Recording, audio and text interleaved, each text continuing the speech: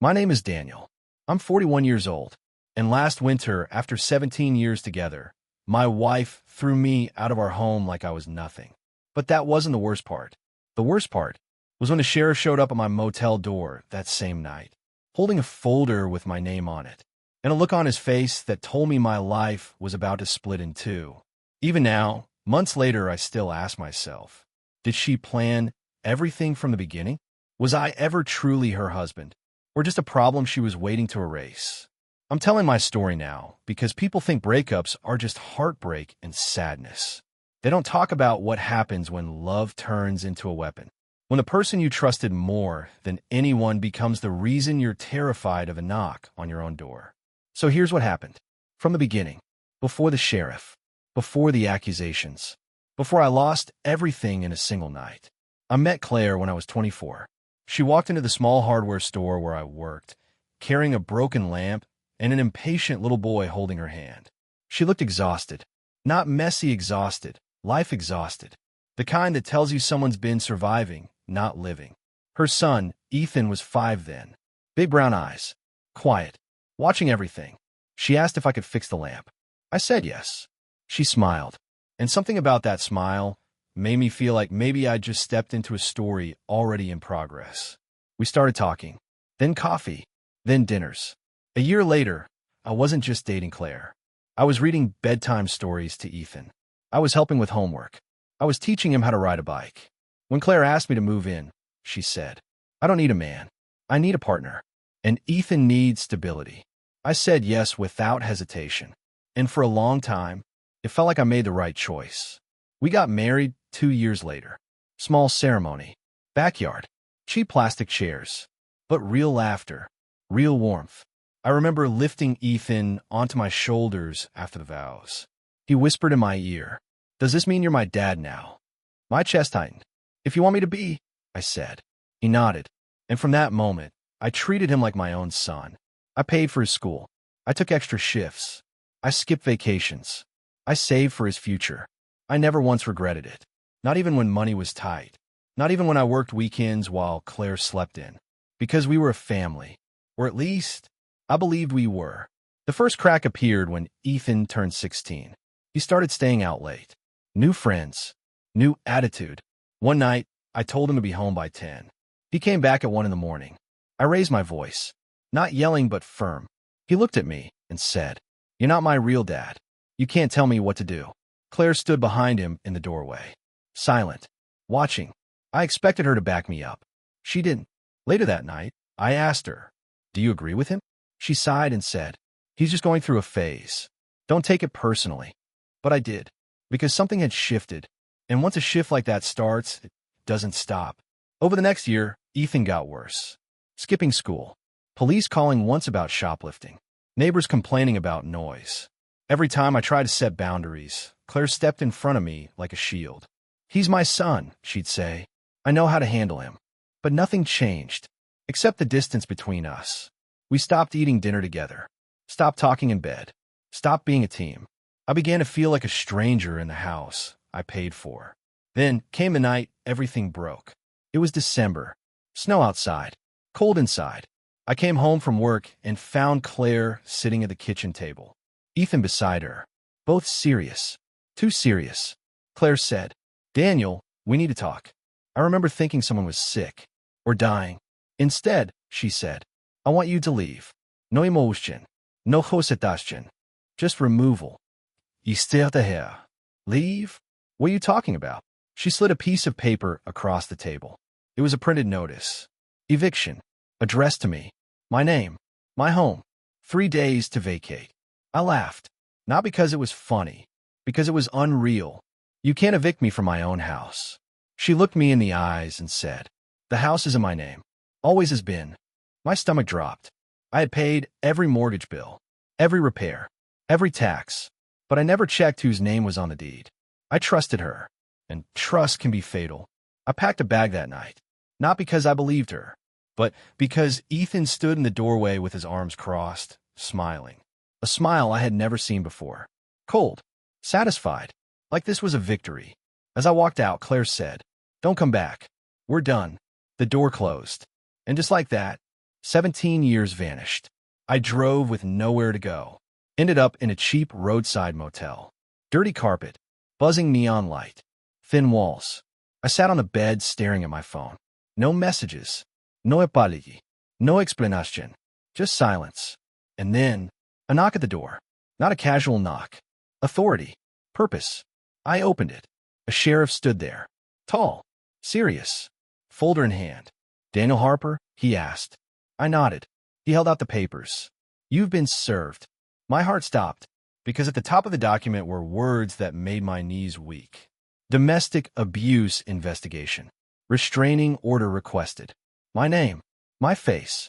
My life. All suddenly in question. And that is where I'll stop for now. Because what came next was far worse than being kicked out. It was the moment I realized. This wasn't just a breakup. This was a setup. I stood in the doorway of that motel room, the cold air curling in around the sheriff's boots, staring at the papers in his hand like they were written in another language. Domestic abuse investigation. I repeated quietly. Restraining order requested. I looked up at him. There's been a mistake. The sheriff didn't look convinced. He'd seen men say that before. "Sir," he said calmly, "you're required to appear at the county station tomorrow at 9 a.m. Until then, you are not permitted to go within 300 feet of Claire Reynolds or her son Ethan. If you violate that, you'll be arrested on the spot." My mouth was dry. "But she just threw me out tonight," I said. "I haven't even spoken to her since." He didn't answer, just handed me the folder. "Sign here to confirm receipt." My hand shook as I signed, not from fear of him, from the realization that something far bigger than a breakup was happening. When he left, I locked the door, slid down the wall, and sat on the floor. 17 years. And suddenly I was not a husband, not a father, but a suspect. I didn't sleep that night. I replayed every argument I'd ever had with Claire. Every time I raised my voice. Every slammed door. Every moment that could be twisted into a story. Because I knew how this worked. In small towns like ours, rumors travel faster than truth. By morning, I looked like a man who hadn't just lost a family, but a war. The county station was a squat gray building surrounded by pine trees. I parked far away, half expecting someone to recognize me. Inside, the waiting room smelled like coffee and old paperwork. After 20 minutes, a woman in a blazer called my name. "Mr. Harper?" "Detective Ruiz." She led me into a small interview room. Metal table, 2 chairs, a recorder on the desk. She pressed a button. "This interview is being recorded." Then she looked at me like she already knew the ending. "Mr. Harper, your wife has made a statement. She claims that over the past year, you've become increasingly aggressive, that you've screamed at her, threatened her, that last night you grabbed her wrist and pushed her into a cabinet." My head snapped up. "That's a lie." She didn't flinch. "She also claims you've been emotionally abusive toward her son, that he's afraid of you." I laughed once. Bitter. "I raised that boy. I paid for everything he has. I've never laid a hand on him." Detective Ruiz leaned forward. "Mr. Harper, we have to take these claims seriously, especially when there's a minor involved." Minor. After 16 years of calling me dad, he was suddenly just a minor in a case file. They asked me questions for over an hour. Had I ever hit Claire? No. Had I ever restrained her? No. Had I ever threatened harm? Never.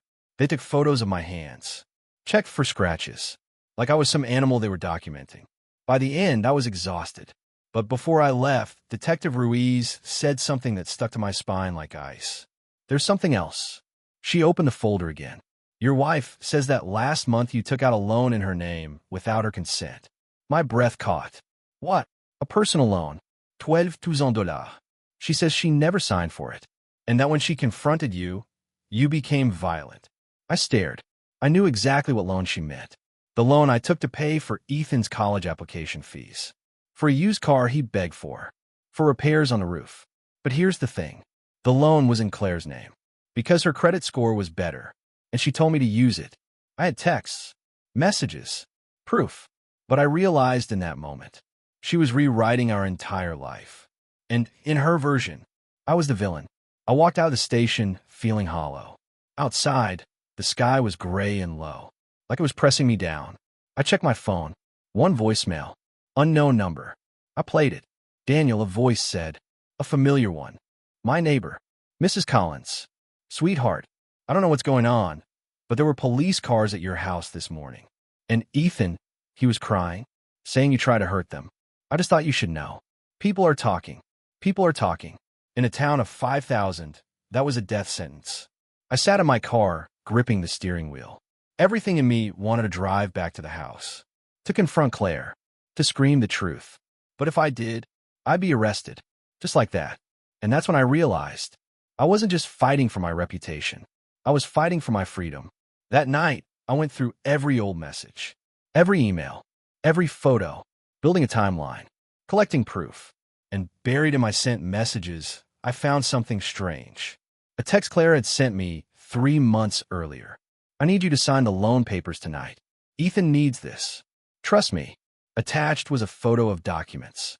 And in the corner of one page, a date, signed 2 weeks before she sent it to me. My stomach turned. That wasn't my signature. It was hers. She had already signed, already planned, already moved pieces on a board I didn't even know we were playing on. And then another realization hit me. If she could fake my involvement in a loan, what else could she fake? By the 3rd night in that motel, I had stopped feeling like a person. I was a case number, a rumor, a man whose entire life had been rewritten without his consent. Every time someone walked past my door, my body tensed. Every time my phone buzzed, my heart jumped, because at any moment, this could get worse. And it did. On the morning of the 4th day, I got a call from a lawyer. Not my lawyer, Claire's. Mr. Harper, the man said, voice smooth as glass. This is Attorney Feldman. I'm representing Mrs. Reynolds in her divorce in protective order proceedings. I'm calling to inform you that an emergency hearing has been scheduled for Friday. If you fail to appear, the restraining order will be granted by default. You will also forfeit any claim to marital assets. Marital assets. My house. My savings. My truck. Everything I had spent 17 years building. Gone with a signature. If I didn't fight. I asked him one question. Why is she doing this? He chuckled softly. That's between you and your therapist, sir. And hung up. I had no lawyer. No money for a lawyer. And no home to return to. I spent the rest of that day calling legal aid offices, getting placed on hold, listening to recorded messages telling me they were experiencing unusually high call volume. By evening, I had exactly 0 appointments. That's when my phone rang again. Unknown number. I almost didn't answer, but I did. A young voice came through. Mr. Harper? I froze. Ethan. Silence. Then, yeah, it's me. My chest tightened. For a moment, I saw the little boy on my shoulders again. The one who asked if I could be his dad. Ethan, I said carefully. Why are you calling? He swallowed. I need to talk to you. Alone. Without Mom. My hands were shaking. Are you okay? He hesitated. No. We agreed to meet behind the old baseball field. Late. After dark. I almost didn't go. It could have been a trap. Another setup. But something in his voice sounded different. Not arrogant. Not victorious. Scared. He was already there when I arrived. Hoodie pulled up. Hands in pockets. Rocking slightly on his feet. For a moment, neither of us spoke. Finally, I said, why did you call me? He looked at the ground. I didn't think it would go this far. My throat went cold. What are you talking about? He took a breath. Mom, she's been planning to leave you for over a year. I felt like the world tilted. She told me that you were controlling, that you were holding us back, that if she didn't get rid of you, we'd never have a real future. I said nothing, just listened. Ethan's voice cracked. She said if I helped her, we'd finally be free. She promised me a car, a better life, that we'd move to the city, that I could start over. I stared at him. You lied to the police. Tears formed in his eyes. Yes, there it was. The word that shattered everything. Yes. I wanted to scream, to shake him, to ask how he could do this after everything. But he was still a kid, a scared, manipulated kid. So I asked quietly, why tell me now? He pulled out his phone. I recorded her. He handed it to me. Audio file. 3 minutes long. I pressed play. Claire's voice filled the cold night air. If we say he grabbed me, they'll believe us. No one questions a mother and her son. Once he's gone, the house is ours. Everything is ours. My knees went weak. The recording continued. Just stick to the story. Cry if you have to. This is for our future. Then silence. I handed the phone back slowly. This changes everything, I said. Ethan nodded, terrified. But if you use that, she'll know I betrayed her. I looked at him, really looked. He wasn't my enemy. He was my evidence. I made him promise. I will not let them destroy your life. Or mine. But you need to tell the truth at the hearing. He wiped his eyes. What if she hates me? I answered honestly. She already used you. That's worse. Before we left, I asked one more thing. Ethan, did your mom ever talk to anyone else about this plan? He hesitated, then said, yeah, my biological dad. The name hit me like a hammer. A man I hadn't seen in 16 years. A man who vanished when Ethan was a baby. A man who suddenly was back in our lives. And suddenly the picture became much bigger. This wasn't just betrayal. This was a conspiracy. Friday came faster than I wanted. I walked into the county courthouse wearing the only clean shirt I had. My motel key card in my pocket. $23 in my wallet. A folder of printed screenshots and a phone with one recording that could either save me or destroy what was left of my family. The hallway outside the courtroom smelled like floor cleaner and nervous sweat. And there they were. Claire, Ethan, and a man standing beside them in a leather jacket, arms crossed, smirking like he owned the building. I knew him instantly.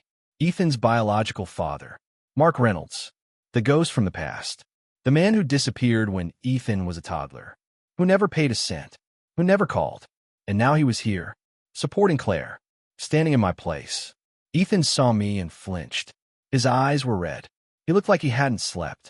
Claire, on the other hand, looked calm, put together, confident, like a woman who had already won. When her eyes met mine, she didn't look guilty. She looked victorious. Inside the courtroom, everything felt unreal.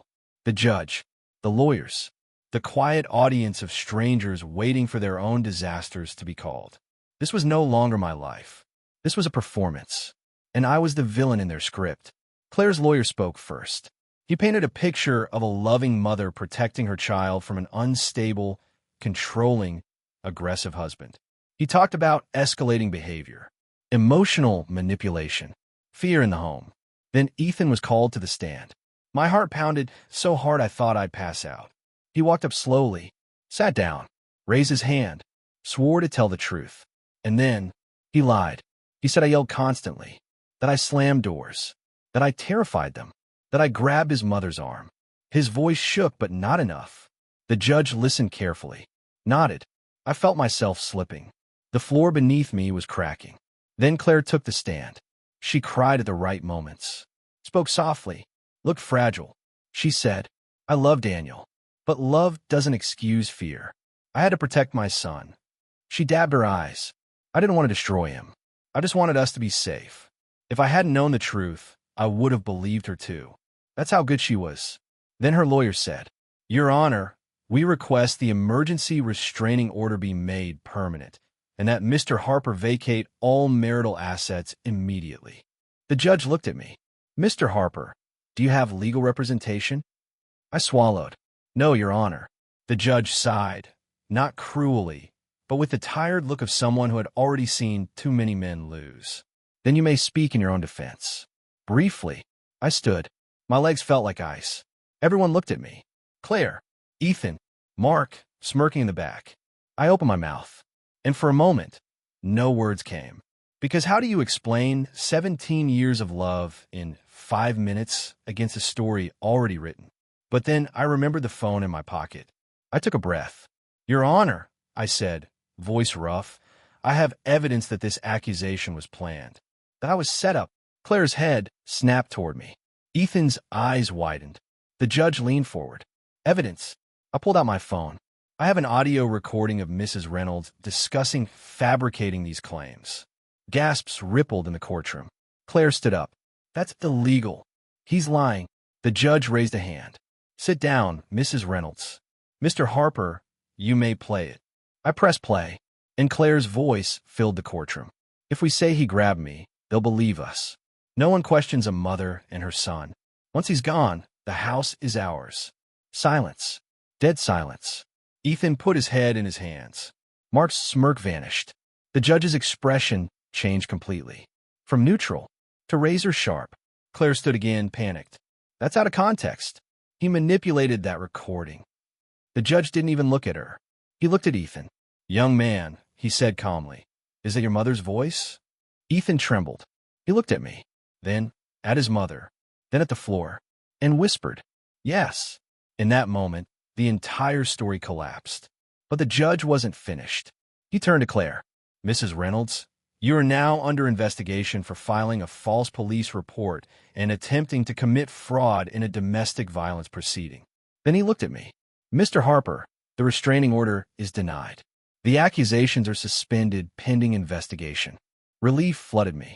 I had survived, but just as the judge began to close the hearing, another voice spoke. Mark. He stepped forward. Your Honor, he said, there's something else you should know. Every head turned. Mark looked directly at me and said, Daniel Harper isn't the victim here. He's hiding something far worse. My stomach dropped because I knew that look. He had something planned too, and I suddenly realized the war wasn't over. It was only changing sides. The courtroom, which moments ago felt like the place where I'd finally been saved, suddenly turned cold again. Mark stood with his hands in his pockets, relaxed, confident, like a man who had been waiting for his cue. The judge looked irritated. Mr. Reynolds, this hearing is about a restraining order. Mark raised a hand. With respect, Your Honor, what I'm about to say directly affects the safety of this child. He nodded toward Ethan. Ethan looked like he wanted to disappear into the floor. The judge hesitated, then sighed. Proceed. Briefly, Mark turned to the room. I'm Ethan's biological father. I've recently re-entered his life, and during that time, Ethan told me things that deeply concern me. About Daniel Harper. My pulse roared in my ears. Mark continued. He told me Daniel has a violent temper, that he once punched a hole in a wall near him, that he drinks heavily, that he controls finances and isolates the family. Every sentence felt like another stone thrown at my chest. It wasn't true, but it was believable, and that's what mattered. The judge looked at Ethan again. Is that true? Ethan's breathing was uneven. His eyes darted between me and his biological father, the man who had abandoned him, the man who had returned with promises, and me, the man who raised him. He whispered. I told him some of that. My heart cracked, not because he lied again, but because I saw the confusion, the pressure, the tug-of-war inside him. Mark pulled a folder from his jacket. I also have a document, he said. A written statement from Ethan, signed last month, describing fear of Daniel's behavior. He handed it to the court officer. The judge read it. Silence again. Different silence this time. Heavy. Dangerous.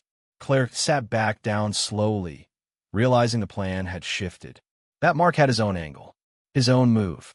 This wasn't just about getting rid of me anymore. This was about ownership of Ethan. The judge finally spoke. Given the contradictory statements and the seriousness of these claims, I am ordering a temporary protection arrangement. Ethan will remain with his mother. Mr. Harper will continue to have no contact until a full investigation is completed. I felt dizzy. I hadn't lost, but I hadn't won either. I was still locked out of my life, still under suspicion, still powerless. Outside the courtroom, people scattered quickly, like they didn't want to be near the fallout. I stood on the steps in the cold wind, breathing hard. And then, a voice behind me. Daniel. I turned. It was Mrs. Collins, my neighbor, the one who left the voicemail. She walked up holding her purse tight, nervous but determined. I know you, she said. I've lived next door for 8 years. I've never once heard you raise your voice at that family. Not once. And I saw things too. Things that don't match what they're saying. My eyes widened. What things? She leaned in slightly. 2 months ago, I saw Claire and that man, Mark, outside the house arguing. I heard her say, once the papers are filed, he's gone. I didn't understand then, but I do now. My breath caught. A witness. A real one. Not tied to either side. I thanked her, genuinely, and as she walked away, I realized something important. Truth doesn't arrive all at once. It comes in pieces, from unexpected places, from people who choose to speak. That night, back in a motel, I laid everything out on the bed. The recording, the text messages, the loan documents. Now a witness. For the first time since this started, I didn't feel hunted. I felt armed, and then my phone buzzed. A new message. Unknown number. One sentence. If you don't drop this, you'll never see Ethan again. No name. No signature. But I knew exactly who sent it. I stared at the screen and whispered to myself, "You already took 17 years from me. You're not taking the truth, too." The message sat on my screen like a loaded gun. "If you don't drop this, you'll never see Ethan again."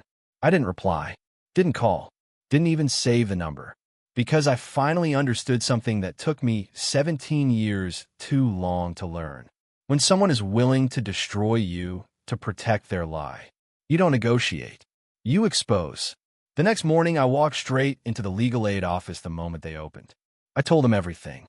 Showed the recording, the texts, the loan documents, the threatening message, and the new witness. For the first time, the person across the desk didn't look bored or rushed. She looked alarmed. Within an hour, I had a lawyer, a real one. And once the wheels of law started turning the right direction, things moved fast. Detective Ruiz reopened the investigation. This time, Claire wasn't the victim. She was the subject. They pulled phone records, bank statements, email logs. They verified the audio recording, confirmed it hadn't been edited. They contacted Mrs. Collins, took her statement, and then they interviewed Ethan again, this time with a child psychologist present. No mother in the room, no Mark hovering nearby, just a scared 17-year-old and professionals asking gentle, patient questions. 2 hours later, Ethan broke. He told them everything. The plan, the promises, the pressure. How his mother convinced him that I was the obstacle in their life. How Mark told him I was stealing his real family. How they rehearsed the story. How he was told to cry on the stand. Every word. Recorded. Signed. Official. Once that happened, the dominoes started falling. First, Claire was arrested for filing a false police report, attempted fraud in family court, coercion of a minor, forgery related to the loan documents. Mark was arrested too. 4. Conspiracy, witness manipulation, threatening communication. The sheriff who once stood at my motel door now stood at their front door. I wasn't there to see it, but Mrs. Collins told me later that police cars filled the driveway. That Claire screamed. That Mark tried to run. That Ethan stood on the porch shaking. The same porch I once stood on, carrying groceries into what I thought was my home. A week later, I sat in another courtroom. Different judge, different case. This time, I had a lawyer beside me. And this time, I wasn't the accused. Ethan was allowed to speak. He walked to the stand slowly, older than his years now. He looked at me. "I lied," he said, "because I was scared, and because I thought my mom knew best. But Daniel never hurt us. He was my dad, and I let them convince me to betray him." Tears ran down his face. "I don't expect forgiveness. I just want the truth on record." No one spoke. Even the judge took a long breath before continuing. Claire avoided my eyes. Mark looked furious, but there was nothing they could do now. The story they built had collapsed, and the truth stood in its place. In the end, the restraining order was permanently dismissed. The false accusations were officially cleared. The house was ruled shared marital property, not solely Claire's. The fraudulent loan was reversed. And custody? Ethan was placed temporarily with a neutral guardian while the court decided long-term arrangements. But before he left the courtroom, he walked over to me, slowly, nervously, and said, "I'm sorry, Dad." Dad. The word hit harder than any verdict. I put a hand on his shoulder. "I know," I said. "We'll figure out what comes next. One step at a time." Claire took a plea deal. Probation. Mandatory counseling. No contact order with me for 3 years. Mark got jail time. Not long, but enough. Enough to remind him that disappearing from a child's life and returning as a manipulator has a cost. 3 months later, I moved back into the house. Not the same house. The walls felt different now. Quieter. Cleaner. I repainted every room. New colors. New air. A new chapter. Ethan visits me on weekends now. We talk. We play cards. We fix things around the house. Slowly rebuilding. Trust doesn't return instantly, but it returns, brick by brick.